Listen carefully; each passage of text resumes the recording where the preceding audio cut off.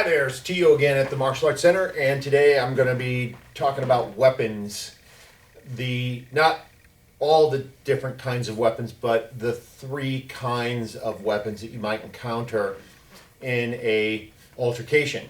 The first type of weapon we call fixed weapon, and that would be something, as an example, like just a stick, a staff, a sword is a fixed weapon. It doesn't change shapes. So that's the first one, a fixed type weapon. Second one is a flexible weapon, something like a pair of nunchucks. That's a flexible weapon. It changes shapes. Another one would be something like a folding knife. This is a fixed now, but it's changing shape, so it's a flexible weapon until it changes and turns into a fixed weapon. Another kind of weapon is what we call a projectile weapon. Now that would be a rock, a bow and arrow, a crossbow, a handgun that has a capacity to project the weapon across. So if I just projected that airsoft bullet against the wall, that's a projectile weapon. Another one is my fake Uzi gun here, but it's a airsoft gun. Shoots the projectile bullets as you heard them flying around the room. And one of our favorites that we like to work with is what we have here. This is a made-up weapon. It's very similar to a rope dart, and this is how we practice our flexible weapon training with this particular thing. And what this is, it's just a square target that we've wrapped somebody's belt around, and we use it to practice various types of techniques. So I'm going to go over those right now and give you an example of several of the different types, and then that would be your flexible weapon training that you can use. Now, if you don't have one of these square targets and a belt, what you can do is find a rope and then tie up your little brother with it and then use him as the flexible weapon. So we'll start off with a series of demonstrations on this. The first one that we do, the easiest one, is simply just a forward circle like this.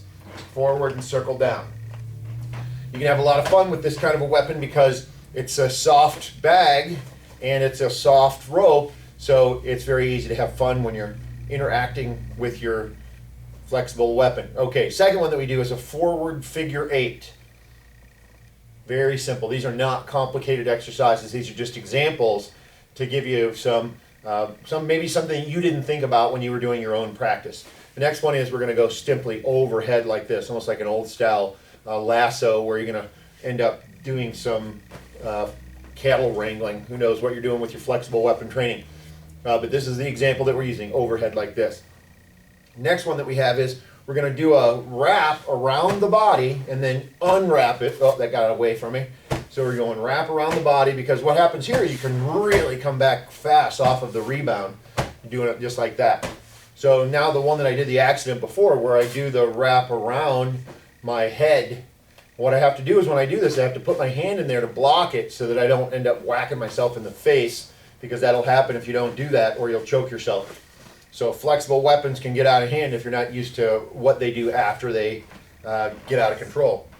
Another one is we do a wrap around the arm like this, sort of like this imitation of what we did with the body, but we use it to just sort of figure out what's going on with the weapon. How do we change directions, and how do we anticipate the damage that can happen if we lose control of the weapon as well?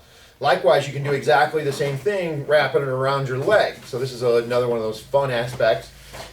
You can also do it with your foot. You wrap it around the bottom of your foot and then unwrap it. So again, here what we're trying to do is we're trying to figure out how to control the weapon. We're not trying to, use our foot as an actual part of the thing, but sometimes your foot might be useful in helping you to accelerate the weapon in a different direction. Another one that we do is where we go underneath the elbow and then let the weapon unroll out.